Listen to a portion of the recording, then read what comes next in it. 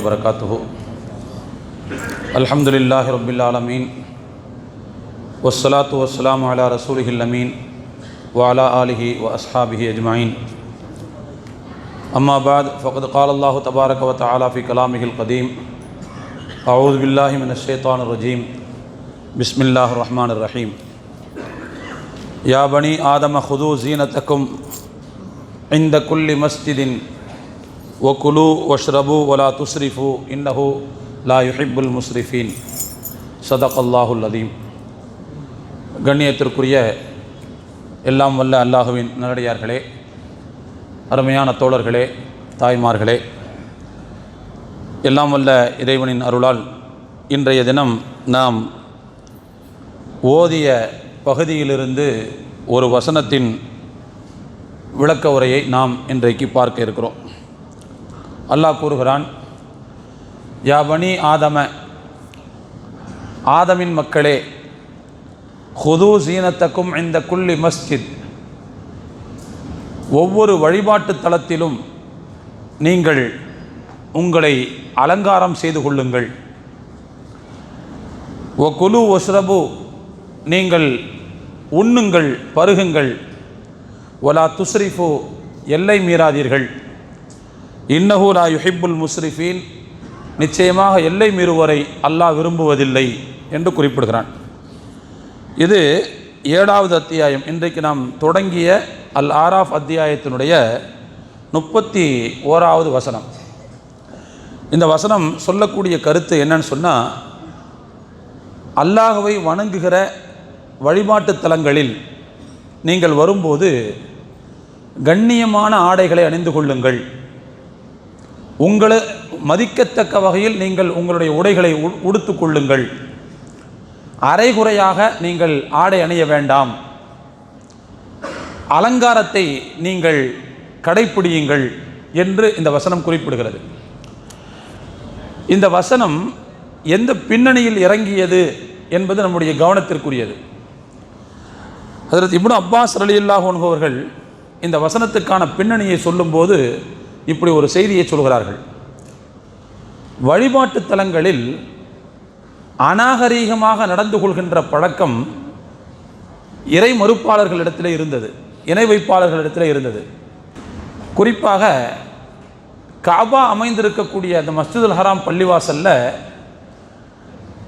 அந்த காபாவில் தவாப் செய்யும்போது நிர்வாணமாக தவாப் செய்வார்கள். நிர்வாணமாக தவாப் செய்வார்கள். ஏன் நிர்வாணமாக தவாப் செய்வாங்கங்கிறதுனுடைய காரணத்தை தோண்டி பார்க்க போனால், அங்கேதான் சில சமூகத்தினுடைய மேட்டுக்குடித்தனம் நமக்கு விளங்குகிறது. நாங்கள் தான் பெரிய ஆள்க, ஆளை பிறந்தவங்க நாங்கள் தான், அல்லாவுக்கு அடுத்த வீட்டுக்காரன் நான் தான், எனக்கு கீழே தான் மற்ற எல்லாம். எங்கெல்லாம் இந்த மேட்டிமைத்தனம் இருக்குதோ அங்கெல்லாம் அடுத்த மக்களை இப்படி அநாகரிகமாக நடத்துகிற பழக்கம் கண்டிப்பாக அங்கே வந்துடும். அந்த மாதிரியான ஒரு மேட்டிமைத்தனம் குறைசி மக்களிடத்தில் இருந்த காரணத்தினால் மற்றவர்களை நிர்வாணமாக தவாப் செய்யக்கூடிய நெருக்கடிக்கு அவர்கள் ஆளாக்கினார்கள். அது எப்படிங்கிறத நான் சொல்கிறேன். அப்போ அந்த காபாவில் என்ன செய்வாங்கன்னு சொன்னால், நிர்வாணமாக தவாப் செய்வார்கள். ஒட்டு துணி இல்லாமல் பிறந்த மேனியாக தவாப் செய்வார்கள். நான் கொஞ்சம் கற்பனை செஞ்சு பாருங்கள் அந்த கோலத்தை. சரி, செஞ்சிட்டிங்களா? ஒரு பெண்ணு அப்படி யோசிச்சு பாருங்கள், எவ்வளவு அநாகரிகமாக இருக்கும். ஆனால் அப்படி ஒரு அநாகரிகம் அங்கே நடந்தது.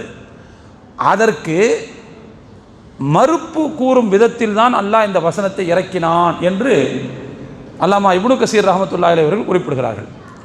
ஹஜ்ரத் இப்னு அப்பாஸ் ரலியல்லாஹு அன்ஹு சொல்கிறாங்க, அன்றைக்கு இருந்த இணை வைப்பாளர்கள் காபாவை பிறந்த மேனியாக தவாப் செய்வார்கள். ஆண்களும் சரி, பெண்களும் சரி. ஆனால் ஒரே நேரத்தில் அப்படி செய்ய மாட்டாங்க. ஆண்கள் பகலில் செய்வாங்க, பெண்கள் இரவில் செய்வாங்க. ஹஜ்ரத் இப்னு அப்பாஸ் ரலியல்லாஹு அன்ஹு அவர்கள் சொல்கிறார்கள். அதே இப்னு அப்பாஸ் ரலியல்லாஹு அன்ஹு அவர்கள் இன்னொரு அறிவிப்பில் சொல்லும்போது இப்படி செய்தி சொல்கிறாங்க, ஒரு பெண்மணி தவாப் செய்வதற்காக வந்தால் அவள் பிறந்த மேனியாகத்தான் தவாப் செய்யக்கூடிய ஒரு சூழ்நிலை வருமா. ஆனால் அதுக்கு முன்னாடி அந்த பெண் என்ன செய்வாங்களாம், யாராவது எனக்கு தவாஃப் உடைய இரவலாக தருவார்களா என்று கேட்பாராம். மை யுஈருனி தித்துவாஃபன் தஜ்அல்ஹு அலா ஃபர்ஜிஹா, தன்னுடைய மானத்தை மறைத்து கொள்ளக்கூடிய தவாஃப் உடையை யாராவது இரவல் தர மாட்டார்களா என்று கேட்பார்களாம். அந்த இரவல் யாரும் தராட்டி அந்த பெண் வந்து என்ன செஞ்சிருவாங்கன்னு சொன்னால் பிறந்த மணியாக தவாப் செய்துவாங்க. அதில் இரவு நேரத்தில் செய்வாங்க. அது என்ன தவாப் செய்கிற துணியை இரவலாக கேட்குறது அப்படின்னா என்ன அர்த்தம், நமக்கு பின்னணி புரியலை. ஆனால் அந்த ஹதீஸுக்கு விளக்கம் சொல்லக்கூடிய அறிஞர்கள், விளக்க உரை அறிஞர்கள் சொல்கிறாங்க, அன்னைக்கு இருந்த குறைஷிகள் அவங்க என்ன செஞ்சாங்கன்னு சொன்னால், யாராவது ஹஜ்ஜு செய்ய வந்தால் அல்லது உம்ரா செய்ய வந்தால் காபாவை தவாப் செய்ய வேண்டும் என்றால் அவர்கள் குறைஷியருடைய ஆடையை அணிந்து கொண்டுதான் தவாப் செய்ய வேண்டும் என்கின்ற சட்ட விதியை உருவாக்கியிருந்தார்கள். குறைஷிகளுடைய ஆடையை தான் என்ன செய்யணும் போட்டுட்டு, அதாவது எங்கள் ட்ரெஸ் தான் எஹ்ராமு அப்படின்னு அவனுடைய எண்ணம். எஹ்ராமுங்கிற அந்த தகுதி என் ட்ரெஸ்ஸுக்கு மட்டும்தான் உண்டு அப்படின்னு ஒரு ஒரு விதியை உருவாக்கி வச்சிருந்தான். அப்போ என்ன செய்யணும்னு சொன்னால், குறைஷிகளுடைய ஆடை, குறைஷிகள் தரக்கூடிய ஆடையை அணிந்து கொண்டு தான் தவாப் செய்ய வேண்டும். ஆண்களாக இருந்தாலும் சரி, பெண்களாக இருந்தாலும் சரி. ஆண்கள் குறைஷி ஆண்கள் தரக்கூடிய உடையை அணிந்து கொள்ள வேண்டும், பெண்கள் குறைஷி பெண்கள் தரக்கூடிய ஆடை அணிந்து கொள்ள வேண்டும். அப்பொழுதுதான் தவாப் செய்ய முடியும். அப்படி இல்லாமல் அந்தந்த மக்கள் அவரவர்கள் கொண்டு வரக்கூடிய ஆடையில் தவாப் செய்வதாக இருந்தால் அதுக்கு அவங்க ஒரு இது ஒன்று வச்சுருந்தாங்க. என்ன அப்படின்னா, ஒன்று ரெண்டு ஆப்ஷன். ஒன்று, அவங்களுடைய சொந்த ஆடையை போட்டுட்டு தவாப் செய்யக்கூடாது, பிறந்த மணியாக தவாப் செஞ்சிடணும். அல்லது சொந்த ஆடையை போட்டுட்டு தவாப் செஞ்சால் அந்த ஆடையை கலட்டி தூர வீசிடணும், அதுக்கு பிறகு அதை எடுக்கவே கூடாது, தூர வீசிடணும். இப்படி ஒரு விதியை அவர்கள் உருவாக்கி வச்சுருந்தாங்க. அப்போ அதனால் என்ன செய்வாங்கன்னு சொன்னால், குறைஷிகள்கிட்ட யாருக்காவது தோழமை இருந்தால், குறைஷி நண்பர்கள் இருந்தால் அல்லது குறைஷி தோழிகள் இருந்தால், அந்த பெண்கள் வந்தாலோ ஆண்கள் வந்தாலோ அவங்கள்ட்ட என்ன செஞ்சுக்குவாங்க, இரவலாக வாங்கி கொள்வார்கள். சில பேருக்கு வசதி இருந்தால் அவங்கள்ட்ட காசு கொடுத்து கூட வாங்கிக்குவாங்க, வாங்கி அந்த ட்ரெஸ்ஸை அணிஞ்சு தவாப் செஞ்சுருவாங்க. அப்படி காசு கொடுத்து வாங்க முடிவதற்கு சக்தி இல்லை என்றால், இரவல் வாங்குவதற்கு நட்பு அது மாதிரி யாரும் இல்லைன்னு சொன்னால், ஒன்று அவர் என்ன செஞ்சிருவாருன்னு சொன்னால், தன்னுடைய சொந்த ஆடையை காப்பாற்றி கொள்ள வேண்டும் என்பதற்காக என்ன செஞ்சிருவார், பிறந்த மணியை தவாப் செஞ்சிருவார். ஏன்னா அவர் சொந்த ஆடையை போட்டுட்டு தவாப் செஞ்சால் அந்த ஆடை கழட்டி தூர வீசிடணும், அதுக்கு பிறகு எடுத்து யூஸ் பண்ணக்கூடாது. அதை மக்கள் அதை மிதித்து சமட்டி நாசமாக்கிடுவாங்க. அவ்வாறு போடப்படக்கூடிய அந்த ட்ரெஸ்ஸுக்கு லுக்கா அப்படின்னு பேரான், அதாவது எரியப்பட்ட ஆடைன்னு அர்த்தமா. அதை யாரும் எடுக்கவே கூடாது, காலில் மிதிப்பட்டு நாசமாக போய் அப்படியே என்ன செஞ்சிடணும், குப்பைக்கு போயிடணும் அப்படின்னு அவங்க ஒரு விதி வச்சுருந்தாங்க. அப்போ இப்படி தம்முடைய சொந்த ஆடையை இழக்க விரும்பாதவர்கள் என்ன செய்வாங்கன்னு சொன்னால், அவங்க தேர்ந்தெடுக்கிற ஆப்ஷன் நிர்வாணமாக தவாப் செஞ்சுருவோம், எதுக்கு போட்டுக்கிட்டு அப்படின்னு சொல்லிடுவாங்களாம். இதுக்கு அந்த குறைஷிகள் சொன்ன காரணம் இருக்குது பாருங்கள், அதுதான் ரொம்ப வினோதமான காரணம். என்ன அப்படின்னா, அந்த ட்ரெஸ்ஸை போட்டு தான் நீங்கள் பாவம் செஞ்சுருப்பீங்க, அந்த ட்ரெஸ் போட்டு தானே பாவம் செஞ்சுருப்பீங்க, அப்போ நீங்கள் அதை போட்டுட்டு செய்யக்கூடாது, தவாப் செய்யக்கூடாது. அப்படி போட்டுட்டு தவாப் செய்கிறதா இருந்தால் அதுக்கு பிறகு அதை போடக்கூடாது அப்படின்னு அதுக்கு ஒரு காரணத்தை வேறு கண்டுபிடிச்சி வச்சுருந்தாங்க. எங்கிருந்து தான் ஒதுக்குமோ தெரியல. இந்த மாதிரி தன்னை மேட்டிமை ஆட்களாக மேம்பட்டவர்களாக நினைத்துக் கொள்கிறவர்கள் இப்படிப்பட்ட சட்ட விதிகளை உருவாக்கி கொள்வார்கள். இங்கே கூட நீங்கள் பார்க்கலாம், இந்தியாவில் கூட தங்களை மேம்பட்ட சாதியினராக நினைத்துக் கொள்ளக்கூடியவர்கள் அப்படி சில விதிமுறைகளை வச்சுருக்காங்க. நாங்கள் மட்டும்தான் இப்படி, வேறு யாருங்க வந்துட முடியாது, எங்களுக்கு மட்டும்தான் கொஞ்சம் மூல வலிமை ஜாஸ்தியாக இருக்கும், சில விதிகள் வச்சுருக்காங்க பாருங்கள். யாரெல்லாம் தன்னை மேட்டிமை ஆட்களாக நினைத்துக் கொள்கிறார்களோ அவர்கள் இப்படி ஒரு விதியை எழுதி விடுவார்கள். ஆனால் இந்த விதியை எழுதுறதுக்கு அவனுக்கு எந்த சான்றும் இருக்காது, வேதத்தில் வந்திருக்காது, இதெல்லாம் அவனாக உருவாக்கிறது. அப்போ இப்படித்தான் தவாஃபை நிர்வாண கோலத்தோடு செய்கின்ற ஒரு பழக்கம் அன்றைக்கு அரபு மக்களிடத்தில் இருந்தது. அப்படி தான் ஒரு பெண்ணு என்ன செய்வாங்களாம், யார்த்தையாவது தவாஃப் ஆடையை கேட்பாங்களாம், அவங்களுக்கு கிடைக்காதுங்கும் போது இரவு நேரத்தில் பிறந்த முனையோடு தவாப் செய்வாங்களாம். அப்படி அப்படி செய்யும்போது ஒரு பெண் இப்படி ஒரு கவிதை பாடி இருக்கிறாள். என்ன அப்படின்னா, அல்யௌம யபுது பஅதுஹு அவ் குல்லுஹு, அல்யௌம யபுது குல்லுஹு அவ் பஅதுஹு.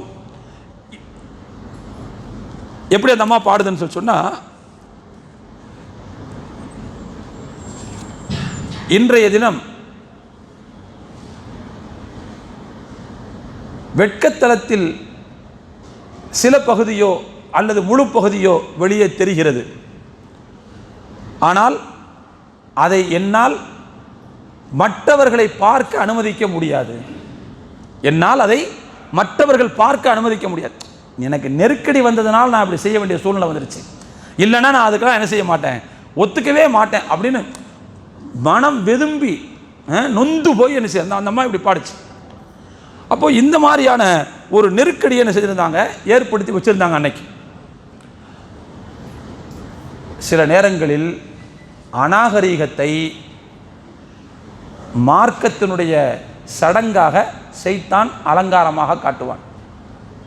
இன்னைக்கு கூட பார்க்கலாம், நிர்வாண சாமியார்கள், நிர்வாண பூஜை பார்க்குறோம்ல, கேள்விப்படுறோம்ல. அப்போ அதெல்லாம் ஒரு மதத்தின் சடங்காகவே நடைபெறுகிறது. ஒட்டு துணி இல்லாமல் பிறந்த மேனியாக சாமியார்கள் நிற்கிறார்கள். அவனை தவாஃப் போடுறாங்க. யார்? பொம்பளைங்க உட்பட எல்லாரும். அப்படி என்னதான் தெரியல, ஆனால் அது ஒரு வழிபாடுன்னு நினச்சி செஞ்சுக்கிட்டு போகிறாங்க. அல்ல தான் காப்பாற்றணும் இல்லையா? அப்போது வஹீனுடைய தொடர்பு இல்லாவிட்டால் அசிங்கமும் அயோக்கியத்தனமும் மார்க்கத்தின் ஒரு அங்கமாக மாறி போய்விடும் அப்படிங்கிறதுக்கு இது ஒரு மிகப்பெரிய சான்றாக இருக்கிறது. அப்போ இப்படியான ஒரு நெருக்கடி அன்றைக்கு இருந்தது, ஒரு அநாகரிகம் அன்றைக்கு இருந்தது. அந்த அநாகரிகத்தை அடித்து உடைப்பதற்காகத்தான், மாற்றுவதற்காகத்தான் நான் ஆரம்பத்தில் வாசித்து காட்டிய அந்த வசனத்தை அல்லாஹ் இறக்கினான். யாபனி ஆதம ஹுது சீனத்தக்கும் இந்த குல்லி மஸ்ஜித். ஆதமுடைய மக்களே, வழிபாட்டு தலங்கள் ஒவ்வொரு வழிபாட்டு தலங்களின் இடத்திலேயும் நீங்கள் உங்களை அலங்காரம் செய்து கொள்வதற்கு முனையுங்கள், உங்களுடைய அலங்காரத்தை நீங்கள் கை கொள்ளுங்கள் என்று அல்லாஹ் சொல்றான். இதுக்கு அடுத்து ஒரு செய்தியை சேர்த்து அல்லாஹ் சொல்றான், ஓ குலு ஒஸ்ரபு, நீங்க உண்ணுங்கள் பருகுங்கள், எல்லை மீறாதீர்கள் சொல்றாங்க. அதை ஏன் சேர்த்து சொல்றான் அப்படின்னா, குறைஷிகள் இன்னொரு விதி வேற சேர்த்து வச்சிருந்தான். ஹஜ்ஜிக்கு வந்துட்டா நான் கொடுக்குற ட்ரெஸ்ஸை தான் போடணும், நான் கொடுக்குற சோத்தை தான் சாப்பிடணும், அப்படி வேற எழுதி வச்சிருந்தாங்க. உங்கள் சாப்பாடுலாம் கொஞ்சம் சாப்பிடக்கூடாது, நான் கொடுக்குறது தான் சாப்பிடணும், நான் கொடுக்குறது தான் குடிக்கணும் அப்படின்னு என்ன சொல்லி வச்சுருந்தான். அப்போ அல்லாஹ் சொல்கிறான், அப்படிலாம் கிடையாது, நீங்கள் உங்களுடைய ஆடையை போட்டு நீங்கள் உங்களை அலங்காரமாக்கி கொள்ளுங்கள், உங்கள்கிட்ட இருக்கிறத சாப்பிடுங்க, இன்னதான் சாப்பிடணும் இன்னதான் அப்படிலாம் கிடையாது. அது என்னது? மற்றதை ஹராமாக்குறது, அனுமதிக்கப்பட்ட பொருளை ஹராமாக்குவது என்பது அது ஒரு எல்லை மீறல். லா துஸ்ரிஃபு, எல்லை மீறாதீர்கள், இன்னஹு லா யுஹிப்புல் முஸ்ரிஃபீன். அல்லாஹ் ஒருபோதும் எல்லை மீறுபவர்களை விரும்பவே மாட்டான். அல்லாஹ் ஹலாலுன்னு சொன்னால் ஹலாலாக தான் எடுத்துக்கிறணும், அதை அல்லாஹ் ஹராமுன்னு சொன்னால் மட்டும்தான் அதை என்ன செய்யணும், தொடக்கூடாது. அல்லாஹ் ஹராமுன்னு சொல்லாத ஒன்றை நாமளா ஹராமாக்கிக்கிட்டா அது எல்லை மீறுதல். எப்படி? அல்லாஹ்வுடைய அதிகாரத்தில் நாம் தலையிடுறோம் இல்லையா? அப்போ அல்லாஹ் அதைத்தான் இங்கே குறிப்பிடுறான் என்று இந்த வசனத்துக்கான விளக்க உரையில் அறிஞர்கள் சுட்டி காட்டுகிறார்கள். ஆக அருமையான தோழர்களே, வழிபாட்டு தலத்தின் போது, வழிபாடுகளின் போது எவ்வளவு முடியுமோ அவ்வளவு நம்மை அலங்காரம் செய்து கொள்ள வேண்டும், நல்ல உடை உடுத்தி கொள்ள வேண்டும். நல்ல கவனிக்கிறேன், வெட்கத்தலங்களை மறைக்கிறத மட்டும் அல்லாஹ் சொல்லலை, உங்களை அலங்காரப்படுத்திக்கங்கன்னு சொல்கிறான். அப்போ அலங்காரம்னா என்ன, வெட்கத்தலத்தை மறைக்கிறதுனா என்ன? முதலாவது இதுக்கு பின்னணியை தெரியணும்னா இந்த சூறாவினுடைய ஆரம்பத்தில் சில செய்திகள் அல்லாஹ் சொல்கிறான், அதையும் சேர்த்து புரிஞ்சுக்கிறோம்.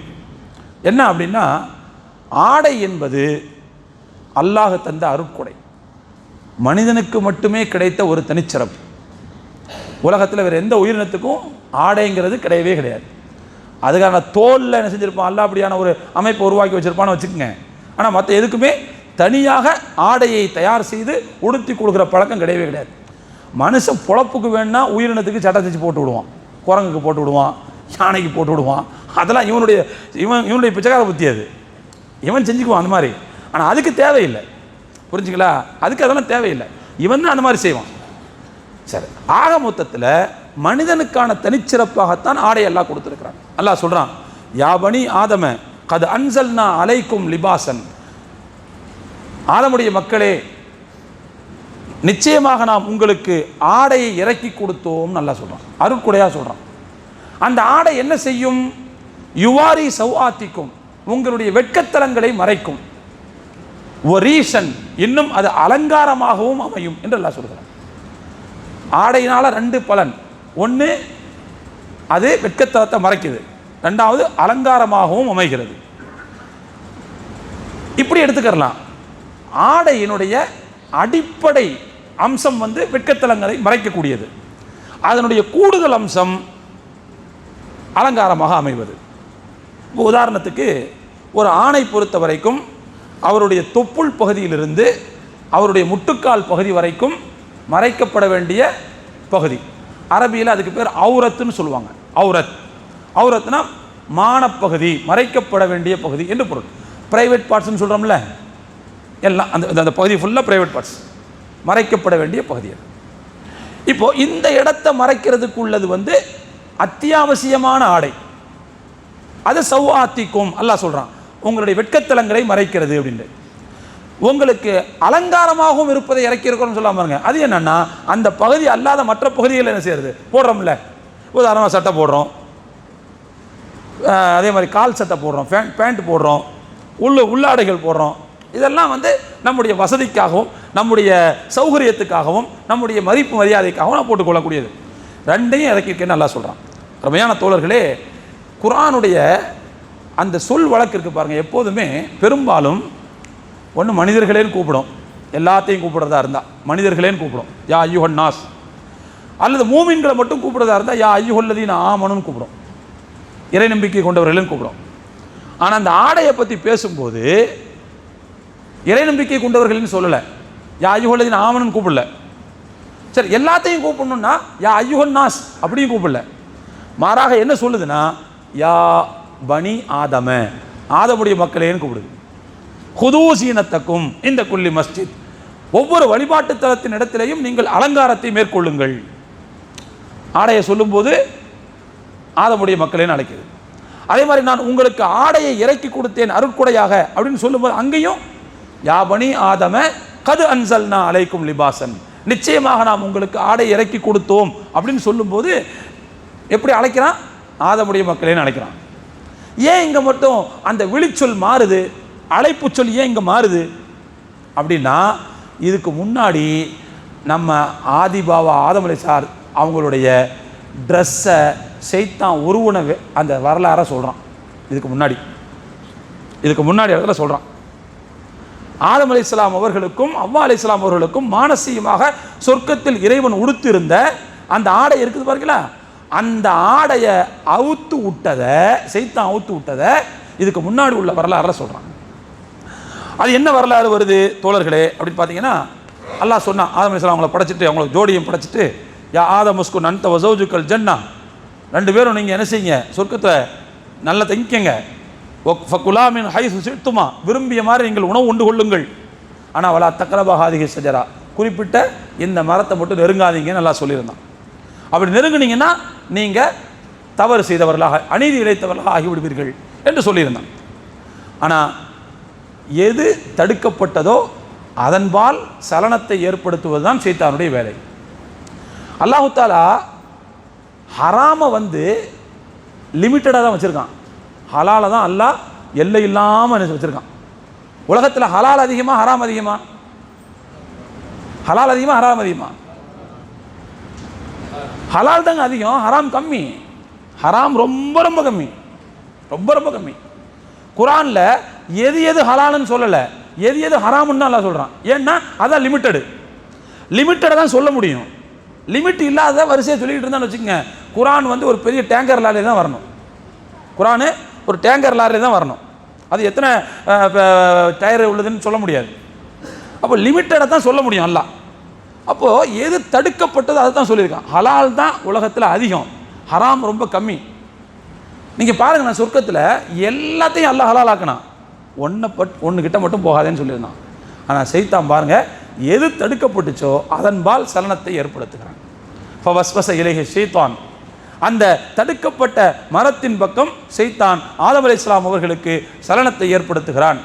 அப்போ சொன்ன அவன் வகால மா நஹாக்குமா ரப்புக்குமா வஸ்வஸ லஹுமா ஷைத்தான், சலனத்தை ஏற்படுத்தினான். ஏன் ஏற்படுத்தினான் தெரியுமா? அல்லாஹ் சொல்றான், லியுபதிய லஹுமா மா ஊரிய அன்ஹுமா மின் சௌஆத்திஹிமா, அந்த ரெண்டு பேருடைய வெட்கத்தலங்கள் மறைக்கப்பட்டிருந்ததை தோல் உரிக்க வேண்டும் என்பதற்காகவே சலனத்தை ஏற்படுத்தினான். அவன் போய் ரெண்டு பேர்ட்ட சொன்னான், வகால மா நஹாக்குமா ரப்புக்குமா அன் ஹாதிஹி ஷஜரா, இந்த மரத்தை ஏன் நெருங்கக்கூடாதுன்னு சொல்லியிருக்கான் தெரியுமா? நீங்கள் ஏன் கிட்ட போகக்கூடாதுன்னு சொன்னான் தெரியுமா?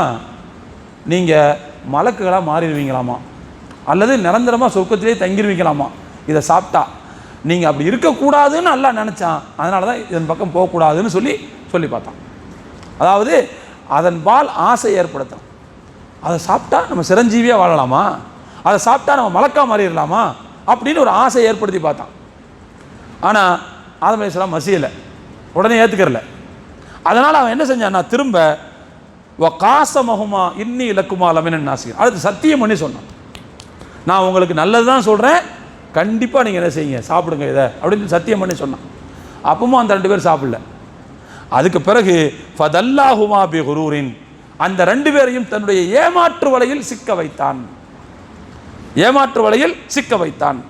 அப்படி ஏமாற்று வலையில் சிக்க வைத்ததற்கு பிறகு என்ன ஆச்சுன்னு சொன்னால், அவங்க அந்த மரத்தை சுவைத்தார்கள், அந்த மரத்தை சுவைத்து விட்டார்கள். ஏன் மரத்தைன்னு சொன்னா எல்லாம் மரம் தான் சொல்கிறாங்க, புரிஞ்சுங்களா? அது என்ன கனி அதெல்லாம் நமக்கு தேவையில்லை, புரிஞ்சுங்களா? திராட்சை அப்படின்னு யாரோ சொல்லுவாங்க. நம்ம நாவரணிபா கோதுமை கனின்னு சொல்லிட்டாரு. கோதுமை என்னைக்கு பழமாச்சுன்னு நமக்கு தெரியல, கோதுமை விதையாக தான் இருக்கும், என்னைக்கு அது கனியாக மாறிச்சுன்னு நமக்கு தெரியல. நமக்கு அதெல்லாம் தேவையில்லை. ஆக மொத்தத்தில் அந்த மரத்தினுடைய ஒரு பகுதியை எடுத்து சாப்பிட்டாங்க, முடிஞ்சு போச்சு. சாப்பிட்டவுடனே என்ன ஆச்சுன்னு சொன்னால், பதத்லஹுமா சௌஆத்துஹுமா, அவங்க ரெண்டு பேருடைய வெட்கத்தலங்கள் அப்பட்டமாக வெளியே தெரிந்தன. அதுக்கு முன்னாடி ஏதோ ஒரு மானசீகமான ஒரு மறைப்பை எல்லாம் கொடுத்துருந்தான், ஒரு ஆடையை கொடுத்துருந்தான், ஏதோ ஒரு மானசீகமான ஆடை, வெளியில் தெரியாது. அதுக்கு முன்னாடி அவங்க ஜாலியாக தான் இருந்திருக்கிறாங்க, வெளியிலே தெரியாது. அவங்க ரெண்டு பேரும் ஒருவர் மற்றவருடைய பிரைவேட் பார்ட்ஸை பார்த்துக்கிட்டே கிடையாது. ஆனால் எப்போ இந்த தடுக்கப்பட்ட மரத்தை சுவைத்தார்களோ அவர்களுடைய வெட்கத்தலங்கள் வெளியில் தெரிந்து விட்டன. உடனே தஃபிகா யக்ஸிஃபானி அலைஹிமா மின் வரக்கில் ஜன்னா, சொர்க்கத்தின் இலைத்தலைகளை எடுத்து தங்களுடைய வெட்கத்தலங்களை மூட ஆரம்பித்தார்கள். அல்லாஹ் சொல்றான். அப்பதான் அல்லாஹ் கூப்பிட்டு கேட்டான், எதுக்கு இந்த வேலை வம்பு உங்களுக்கு? அழகா நானே இயல்பாக மறைச்சி வச்சிருந்தேன்ல, இப்போ எதுக்கு கொண்டு போய் இலையை கொண்டு வந்து எப்படி மறைச்சி பிடிச்சிக்கணும், எதுக்கு தேவை இது? இன்னைக்கு பாருங்க, ட்ரெஸ் எடுக்கிறதுக்கு எவ்வளோ கஷ்டப்படுறோம். நம்ம வாங்க வேண்டி இருக்குது, போய் தைக்க வேண்டி இருக்குது, அளவு கொடுக்க வேண்டி இருக்குது, அதுவும் நமக்கு டைலர் வேற சூட் ஆக வேண்டியது இருக்குது. அல்லாஹ் ஆதம் அலைஹிஸ்ஸலாம் விட்டு வச்சிருந்தா அப்படியே இருந்திருந்தா எப்படி எவ்வளோ நல்லா இருந்திருக்கும் பாருங்க, கஷ்டம். அப்போ அல்லாஹ் சொன்னான், ஏன் தேவையில்லாத இந்த வேலையை போனீங்க, நான் உங்களுக்கு சொல்லலையா இங்கே கிட்ட போகாதீங்கன்னு, ஏன் உங்களுக்கு நீங்களே அநீதி எடுத்துக்கிட்டீங்க என்று அல்லாஹ் கேட்டான். அந்த நேரத்தில் தான் அந்த ரெண்டு பேரும் என்ன செஞ்சாங்க, அல்லாட்ட தங்களுடைய குற்றத்தை ஏற்றுக்கொண்டு ஒப்புக்கொண்டு அல்லாட்ட பாவம் மன்னிப்பு தேடினாங்க. ரப்பனா ஸலம்னா அன்ஃபுஸனா வ இல்லம் தக்ஃபிர் லனா வ தர்ஹம்னா லனகூனன்ன மினல் காசிரீன். தோழர்களே, இந்த வரலாறை முன்னாடி சொல்கிறான் அல்லாஹ், சொல்லி முடிச்சுட்டு தான் அடுத்து சொல்கிறான், இந்த ஆடையை நான் உங்களுக்கு இது அருட்கொடையாக கொடுத்துருக்குறேன் ஆதமுடைய மக்களே அப்படின்னு சொல்லிட்டு, எப்படி உங்களுடைய ஆதி தந்தையையும் ஆதி அன்னையையும் ஷைத்தான் ஏமாற்றி அவர்களுடைய ஆடையை களைந்து நிர்வாணப்படுத்தினானோ அதுபோல உங்களையும் அவன் குழப்பத்தில் ஆழ்த்தி விடாமல் பார்த்து கொள்ளுங்கள். அதையும் அல்லாஹ் சேர்த்து சொல்றான். யாபனி ஆதம லா யஃப்தினன்னக்கும் ஷைத்தானு கமா அஹ்ரஜ அபவைக்கும் மினல் ஜன்னதி யன்ஸிஉ அன்ஹுமா லிபாஸஹுமா லியுரியஹுமா சௌஆத்திஹிமா, அந்த ரெண்டு பேருடைய வெட்கத்தலங்களை வெளிப்படுத்தி அதற்கு பிறகு சொர்க்கத்தில் உட்கார விடாம ஆக்கி வெளியில் தள்ளினாம் பார்த்தீங்களா, அந்த மாதிரி உங்களையும் அவன் குழப்பி விட வேண்டாம், உங்களையும் அவன் சோதனைக்குள்ளாக்கி விட வேண்டாம், கவனமாக இருந்துக்குங்க அப்படின்னு நல்லா சொல்கிறான்.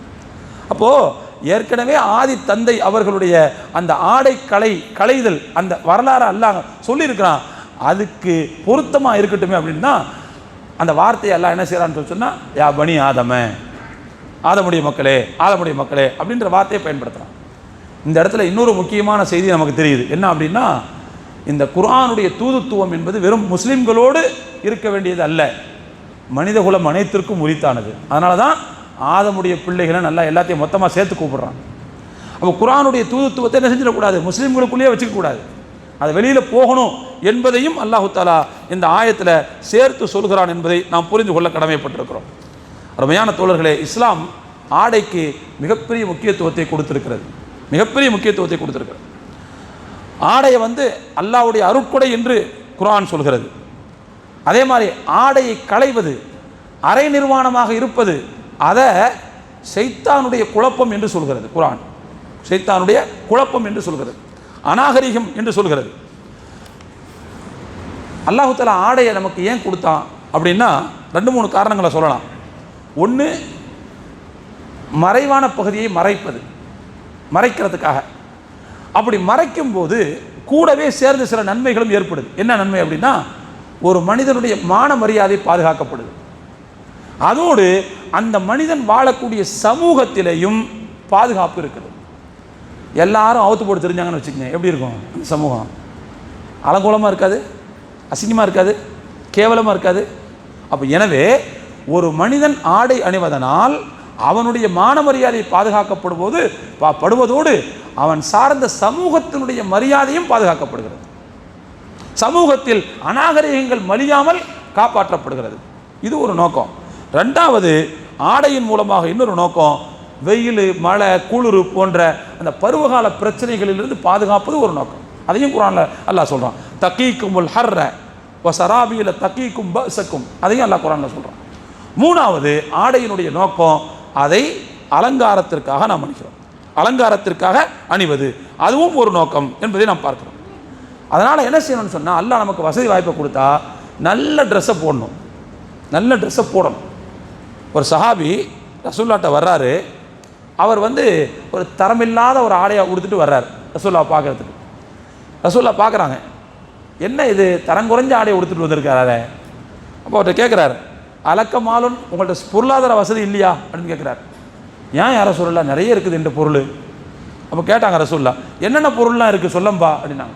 அவர் சொன்னார், ஒட்டகம் இருக்குது, ஆடு இருக்குது, குதிரை இருக்குது, அடிமைகள் இருக்குது. ஏப்பா இதெல்லாம் வச்சா நீ பெரிய பணக்காரன் இல்லப்பா, நீ இன்னைக்கு பாஷையில் சொல்கிறதா இருந்தால் அதானி அம்பாலப்பா, நீ அவ்வளோ பெரிய ஆள் இல்லப்பா நீ அப்படின்னு சொல்லிட்டு இவ்வளவு ட்ரெஸ்ஸை வச்சுருக்கும் போது, இவ்வளவு செல்வத்தை வச்சிருக்கும் போது, இதா ஆத்தாக்கல்லாஹு மாலன் ஃபல் யுர அஸரு நிஅமத்தில்லாஹி அலைக வ கராமத்துஹு, இவ்வளவு செல்வத்தை நீ வைத்திருக்கும் போது அல்லாஹுவனுடைய அந்த நிஅமத், அவன் வழங்கிய மரியாதை உன்மேல் வெளிப்பட வேண்டும் என்று அல்லாஹ் விரும்புகிறான்.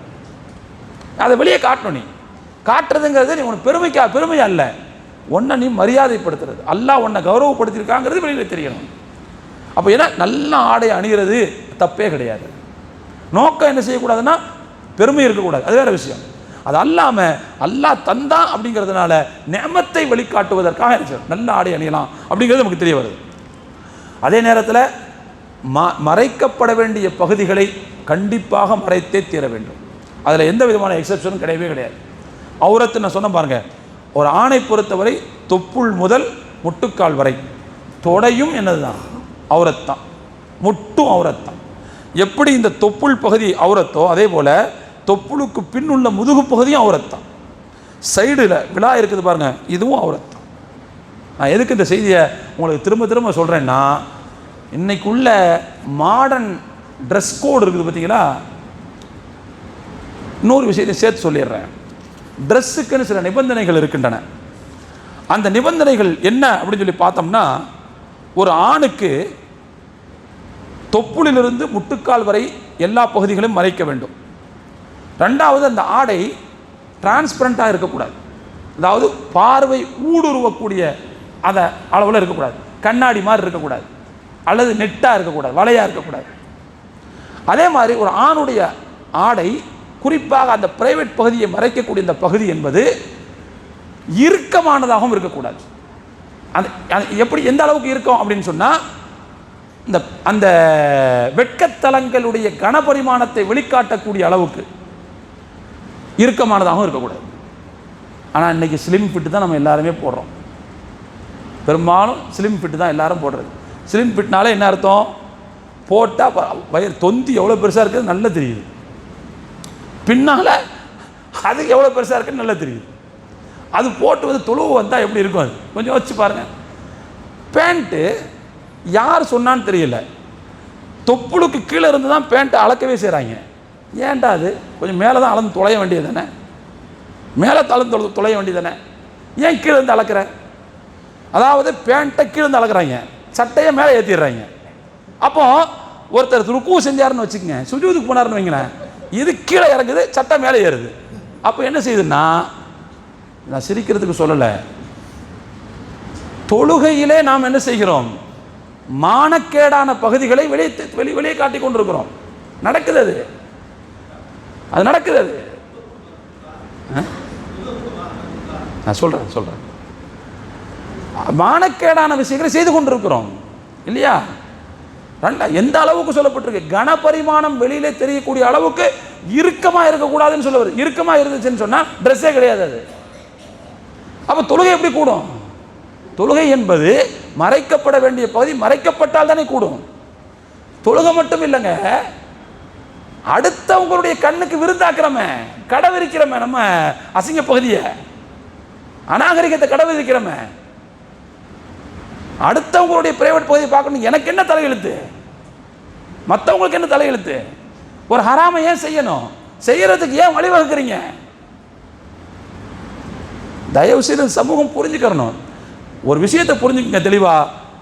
ஆடை வடிவமைப்பு எல்லாம் அந்த ஃபேஷன் இருக்கு பாருங்க, அந்த ஃபேஷனுக்கு பின்னால் இருக்கிற ஒரு கொடும் கரங்களை நீங்கள் யோசித்து பார்த்தால் நம்முடைய சமய நம்பிக்கையை நாசமாக்குறதுக்கு தான் உட்கார்ந்துட்டு இருக்காங்க எல்லாரும். அதைத்தான் நாசமாக்கிட்டு இருக்காங்க. ஒரு குரூர மனம் படைத்தவன் தான் உட்கார்ந்து உலக மக்கள் அனைவருக்குமான ஆடையினுடைய அந்த வடிவமைப்பை முடிவு செய்கிறான். ஒரு பெண்ணுக்கான ஆடை யார் முடிவு செய்யறா? யோசிச்சு பாருங்க. ஃபேஷன் டிசைனிங் யார் முடிவு செய்யறாத? சரி, ஒரு பெண்ணுக்கான ஆடையினுடைய நிபந்தனைகள் என்ன? இன்னும் கொஞ்சம் கூட, ஒரு ஆணை விட ஒரு பெண்ணுக்கான ஆடையினுடைய நிபந்தனைகள் இன்னும் கொஞ்சம் கூட இருக்குது. ஆணுடைய இதை சொல்லி முடிச்சிடுறேன். ஒரு பெண்ணுடைய ஆடையை போன்று இருக்கக்கூடாது. ஆண் அணியக்கூடிய ஆடை பெண்ணுடைய ஆடையை போன்று இருக்கக்கூடாது. நாலாவது, ஒரு ஆண் அணியக்கூடிய ஆடை பிற சமய மக்களுடைய அவங்களுக்குன்னு தனிப்பட்ட அடையாளமாக இருக்கக்கூடிய அந்த ஆடையை அணியக்கூடாது. உதாரணத்துக்கு செம்மஞ்சள் நிற ஆடை, அதாவது காவி ட்ரெஸ் போடக்கூடாது. சில பேர் பேண்டா கலரில் சட்டையை போடுறாங்க, பார்க்குறோம். கேட்டால் ஃபேண்டா கலர்னு சொல்கிறாங்க, ஆனால் ஃபேண்டா கலர்லாம் கிடையாது. அது பார்த்தா காவி நிறம் தான், ஒரு மாதிரியா இருக்கு, போடக்கூடாது ஆண்கள். அதே மாதிரி பாருங்க, பஞ்சகச்சம் கட்டக்கூடாது. பஞ்சகச்சம் கட்டுறாங்க பாருங்க, அது பிற சமயத்தை அடையாளப்படுத்தக்கூடிய ஒரு ட்ரெஸ், அது அதை கட்டக்கூடாது. ஆனால் என்ன செய்யறோம்னா, அந்த ட்ரெஸ்ஸை வாங்கி நம்ம பிள்ளைங்களுக்கு போட்டு விட்டுறோம், சின்ன பையங்களுக்கு போட்டு விட்டுறோம். இந்த பின்னால் இது மாதிரி வரும் பாருங்க, பின்னால் அந்த இழுத்து இப்படி வர்றது, அது நம்ம பார்க்கறதுக்கு எப்படி தெரியும்னா பைஜாமா மாதிரி தெரியுது, ஆனால் பைஜாமா கிடையாது. அது ஒரு பஞ்சகச்சம். அது பஞ்சகச்சம்ங்கிறது பிற சமய மக்கள் உடுத்தக்கூடிய, அவங்களை அடையாளப்படுத்தக்கூடிய ஆடை. ஒரு ஆணுடைய ட்ரெஸ்ஸில் இதுவும் இருக்கக்கூடாது. சரி, பெண்ணுடைய ட்ரெஸ்ஸுக்கான நிபந்தனைகள் என்ன அப்படின்னா, முதலாவது அவங்களுடைய உடல் முழுக்க என்ன செஞ்சிருக்கணும்? அந்த ட்ரெஸ் இருக்கணும், உடல் முழுக்க மறைக்கக்கூடிய வகையில் இருக்க வேண்டும். அதே மாதிரி அது அடர்த்தியானதாக இருக்க வேண்டும். துணி இலக்கமாக இருக்கக்கூடாது. இலக்கம்னா தெரியுதா? அதாவது பார்வை ஊடுருவக்கூடிய அளவுக்கு இலக்கமாக இருக்கக்கூடாது, அடர்த்தியாக இருக்க வேண்டும். அதே மாதிரி அது டிரான்ஸ்பரண்டாக இருக்கக்கூடாதுன்னு சொல்ல வர்றேன். டிரான்ஸ்பரண்டாக இருக்கக்கூடாதுன்னு சொல்கிற அந்த நேரத்தில் பார்த்தீங்கன்னா பொம்பளை பிள்ளைகளுவோ நெட்டை வச்சு ஸ்லீவ் போட்டு தெரியுதுங்க. ஒன்று ஸ்லீவே கிடையாது, அப்படியே இருந்தால் இந்த கை பகுதியில் என்ன செய்யுது? நெட்டை வச்சுக்கிறதுங்க. யாருக்கு காட்டுறதுக்கு? அது மாதிரி அடுத்து பாருங்க, அது தொளதொளப்பாகத்தான் இருக்க வேண்டும். உடலுடைய பருமனை, கனபரிமாணத்தை வெளிக்காட்டக்கூடிய வகையில் இறுக்கமாக இருக்கக்கூடாது. அப்படி இருந்தால் அது ட்ரெஸ்ஸே கிடையாது, ட்ரெஸ்ஸே கிடையாது அது. அதே மாதிரி ஒரு பெண்ணுடைய ஆடை என்பது ஆணுடைய ஆடையை போன்று இருக்கவே கூடாது, பெண்ணுக்குன்னு தனியாக இருக்கணும். அதே போல பிற சமய பெண்களுக்கென்றே தனிப்பட்ட அடையாளமாக இருக்கக்கூடிய அந்த ஆடையையும் பெண்கள் அணியக்கூடாது. உதாரணமாக மடிசார் கட்டக்கூடாது. மடிசாருங்கிறது பிற சமய பெண்களை அடையாளப்படுத்தக்கூடிய ஒரு ஆடை. மடிசார் கட்டக்கூடாது. அப்போ இதெல்லாம் தோழர்களே ஆடைக்காக சொல்லப்பட்டிருக்கக்கூடிய நிபந்தனைகள். ஆனால் நம்ம பாருங்க, இறுக்கமான ட்ரெஸ்ஸை போட்டு தொழுக வந்துடுறோம். அப்போ முன்னால் நம்ம தொழுவது பின்னால் உள்ளவங்க அவங்களுடைய பார்வை எங்கே படும்? நம்முடைய உடலின் கனபரிமாணங்களில் இது படத்தானே செய்யும். அதே மாதிரி நம்ம அந்த ட்ரெஸ்ஸை உடுக்கும்போது அது மேலே கீழே நகரும் போது மறைவான பகுதி வெளியே தெரிகிறது. நான் சொன்ன மாதிரி தொப்புள் மட்டுமல்ல, தொப்புளின் நேர் பின்பகுதி முதுகு பகுதியும் என்னதுதான், அதுவும் அவுரத், மறைக்க வேண்டிய பகுதி தான். முட்டுக்கால் எப்படி முட்டு அவுரத், அது மாதிரி பின்பகுதி இதுவும் மறைக்க வேண்டிய பகுதி தான். விளையாடுற நேரங்களில் பாருங்கள், அதெல்லாம் திறந்து போட்டு தான் விளையாடிக்கிட்டு உட்காந்துருக்காங்க. அது மாதிரி சில பேர் இந்த காலில் வாக்கிங் போகும்போது பாருங்கள், வாக்கிங் போகும்போது ஷார்ட்ஸுங்கிற பேரில் தொடையெல்லாம் தெரியுற மாதிரி சில பேர் போட்டு தெரியுறாங்க. ஹராம் அது. நீங்கள் உங்களுடைய மறைவான பகுதியை அடுத்தவங்களுக்கு கடை விரிக்கிறீங்க, போடக்கூடாது. அதை ஹராம செய்கிறோம். நம்ம தயவுசெய்து புரிந்து கொள்ள வேண்டும். எனவே தொழுகைக்கு வரும்போது நிறைவான ட்ரெஸ்ஸை போட்டுவாங்க, நல்ல ட்ரெஸ் போட்டுவாங்க. பேண்ட்லாம் தைக்கிறதா இருந்தால் ரெடிமேட்லாம் போடாதீங்க. அவன்லாம் தொப்புல இருந்தால் அளவு எடுப்பாங்க. நம்ம என்ன செய்யணும், அளவு கொடுத்து தைக்கணும். தைக்கும் போதே கொஞ்சம் ஒரு இன்ச்சு மேலே இருந்து இங்கேருந்து தைக்க சொல்லுங்கள். நமக்கெல்லாம் அப்படி போடலைன்னா பேண்ட் போட மாதிரியே இருக்காது. அதே மாதிரி தோழர்களே, சட்டை என்ன செய்யணும்னு சொன்னால், பேண்ட்டு ஒரு கால் அவுந்துட்டா கூட சட்டை நம்முடைய மானத்தை காப்பாற்றணும். அந்த மாதிரி பெருசாக போடணும். அந்த மாதிரி என்ன செய்யணும், பெருசாக போடணும். ஆனால் அப்படி இல்லை, ஸ்லிம் ஃபிட்டுங்கிற பேரில் இவ்வளோ தூரம் அப்படியே குறைச்சிட்டாங்க. தயவுசெய்து நாம் புரிந்து கொள்ள வேண்டும். எல்லாத்தையும் விட நான் ஒரே ஒரு செய்தியை இங்கே சொல்கிறேன். அருமையான தோழர்களே, ஆடை குறைப்பு என்பது மேலை நாகரீகம் அப்படின்னு நம்ம எல்லாரும் பேசுகிறோம். ஆனால் மேலை நாகரீகம் அல்ல, அது சைத்தானுடைய பிற்போக்குத்தனம். அவன் தான் முதல்ல நம்ம வாப்பா அம்மாவுடைய ட்ரெஸ்ஸை கழட்டி விட்டவன். ஆடையை கலட்டுறது அது நாகரிகம் கிடையாது, அது அநாகரிகம். அது சைத்தானுடைய வேலை அது. ஆனால் இன்றைக்கி மேலை நாகரிகம் பாருங்கள், அதைத்தான் பெருசாக செய்யுது. ஒரு ஆணுக்கான ஆடையை நாகரிகம் எப்படி வடிவமைக்குதுன்னு பாருங்கள். ஒரு ஆணுக்கான ட்ரெஸ் கோடு எப்படி இருக்குது? நல்ல சட்டை, ஃபுல் ஹேண்டு, இது வரைக்கும் மறைக்குது இல்லையா? காலில் சாக்ஸ் போட்டு தான் ஷூ போடணும். அந்த கால் பகுதி கூட வெளியே தெரியக்கூடாது. இந்த இடத்துல வெளியே தெரிஞ்சிடக்கூடாதுன்ட்டு காலர் பட்டனை போட்டு அதுக்கு மேலே டை வேற கட்டணும், வெளியே தெரியாமல். ஒரு ஆணுக்கு இவ்வளோ மறைக்கிறீல்ல, அப்போ பெண்ணுக்கு என்ன செய்யணும்? எவ்வளவு தூரம் திறந்திருக்கிறதோ அதுதான் பெண்ணுக்கான உடை நாகரிகம்னு கொண்டு வந்திருக்காங்க. ஒரு ஆண் ஏர் ஹோஸ்டஸ் இருக்கார், ஒரு பெண் ஏர் ஹோஸ்டஸ். நீங்கள் பாருங்கள் எவ்வளவு வித்தியாசம் இருக்கும். ஆனால் உண்மையிலே அதிகமாக மறைக்க வேண்டியது யார்? ஒரு பெண் தானே. ஒரு ஆண் நர்ஸை பாருங்க, ஒரு பெண் நர்ஸை பாருங்க. அப்போ மேலை நாகரிகம் ஆடை குறைப்பைத்தான் நாகரிகம் என்று சொல்கிறது. ஆனால் அது அநாகரிகம், சைத்தானுடைய வேலை அது. ஏன்னா இந்த மாதிரி ஆடை ஃபேஷன் விஷயத்தில் இவங்களுடைய கொடுங்கரங்கள் தான் இருக்கின்றன. நல்லா நம்ம கவனிக்கணும். அதனால் தயவுசெய்து இந்த மாதிரி ஃபேஷன்களுக்கு அடிபணிஞ்சு போகவே கூடாது. இந்த ஹீல்ஸ் செருப்பு இருக்குது பாருங்கள், ஹீல்ஸ் செருப்பு, பெண்கள் அணியக்கூடிய ஹீல்ஸ் செருப்பு. நான் ஒரு சைக்காலஜிஸ்ட் பேசுனதை என் காதால் கேட்டிருக்கிறேன். ஹீல்ஸ் செருப்பை பெண்களுக்கு வடிவமைச்சவன் கண்டிப்பாக ஒரு மனநோயாளியாக தான் இருக்கணும் அந்த அம்மா பேசுச்சு. ஏன்னா ஒரு பெண்ணுடைய நெளிவு சுழிவுகளை பார்க்கணும் அப்படிங்கிற ஒரு மனக்கோணல் எவனுக்கு இருந்துச்சோ அவன் தான் அந்த அந்த செருப்பை என்ன செஞ்சுருக்கான்னா வடிவமைச்சிருக்கான் அப்படின்னு சொன்னாங்க அவங்க. ஒரு பெண்ணுடைய நெளிவு நடந்து போகும்போது அவளுடைய நெளிவு சுழிவை பார்க்கணுங்கிற மனக்கோணல், மனச்சிதைவு நோய், பைத்தியம் எவனுக்கு இருந்துச்சோ அவன் தான் அதை உருவாக்கியிருக்கான் அப்படின்னு சொன்னாங்க அவங்க. ஏன் பாருங்க, அந்த ஹீல் போட்டு போனால் நேராக நடக்க முடியுமா? ஒரு மாதிரியே இப்படி தான் நடக்கணும். இப்படி நடக்கும்போது என்ன செய்யும்? எல்லாம் அங்கே நெளிவு சுழிவுகள் தெரியும். அப்போ இந்த மாதிரியான விஷயத்தை யார் வடிவமைக்கிறாங்க, யார் ஃபேஷன் சொல்கிறாங்க அப்படின்னா கண்டிப்பாக ஆடை அவிழ்ப்பு சைத்தான்கள் தான் இந்த வேலையை செஞ்சுட்டு இருக்காங்க. அதனால் தயவுசெய்து ஆடை விஷயத்தை நாம் ரொம்ப கவனமாக எடுத்துக்கொள்ள வேண்டிய தேவை இருக்கிறதுங்கிறதுக்காக இந்த செய்தியை நான் சொல்கிறேன். இறுதியாக இன்னொரு செய்தியை சேர்த்து சொல்லி முடிச்சிடுறேன். பள்ளிவாசல்களில் தொழுமிடங்களில் உங்களுடைய அலங்காரத்தை முழுமையாக நீங்கள் கடைப்பிடியுங்கள்னு சொல்லுது. அலங்காரம் என்று வருகிற போது தொப்பிக்கும் இடம் இருக்கிறது என்பதை நான் சேர்த்து இங்கே சொல்ல கடமைப்பட்டிருக்கேன்.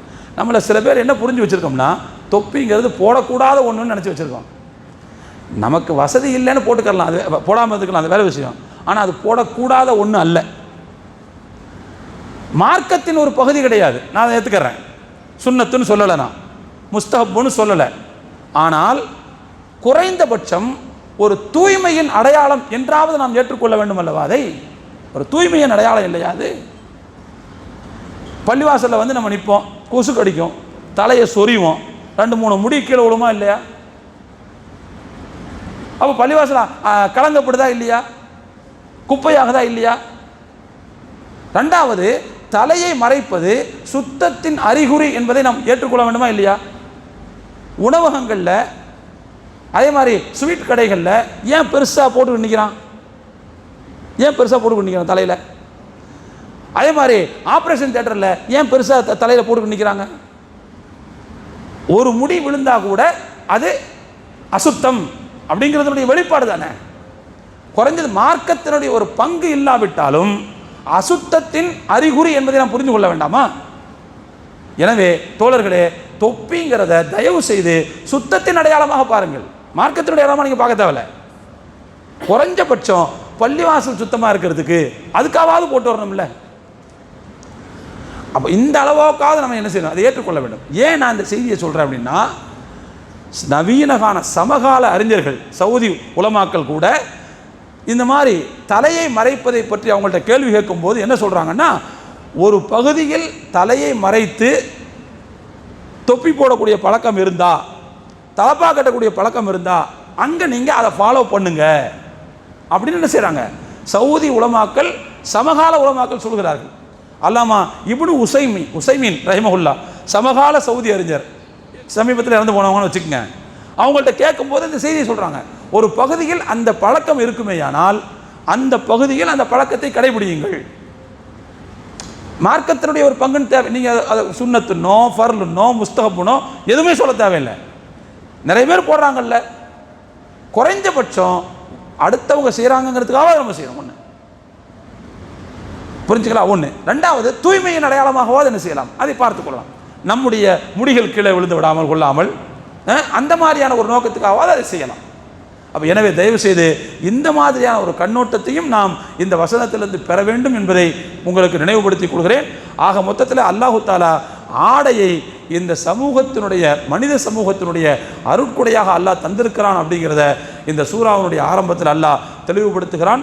எல்லாம் வல்ல இறைவன் இப்படிப்பட்ட நாகரிகமான பழக்கம் உள்ளவர்களாக நம்மை அல்லாஹ் மேம்படச் செய்வானாக. அப்படிப்பட்ட இஸ்லாமிய நடைமுறைகளை தொடர்ந்து கடைபிடிக்கக்கூடிய மக்களாக அல்லாஹ் நம்மை அங்கீகரிப்பானாக என்று துஆ செய்தவனாக நிறைவு செய்கிறேன். வாஹிரு தஅவானா அனில் ஹம்துலில்லாஹி ரப்பில் ஆலமீன்.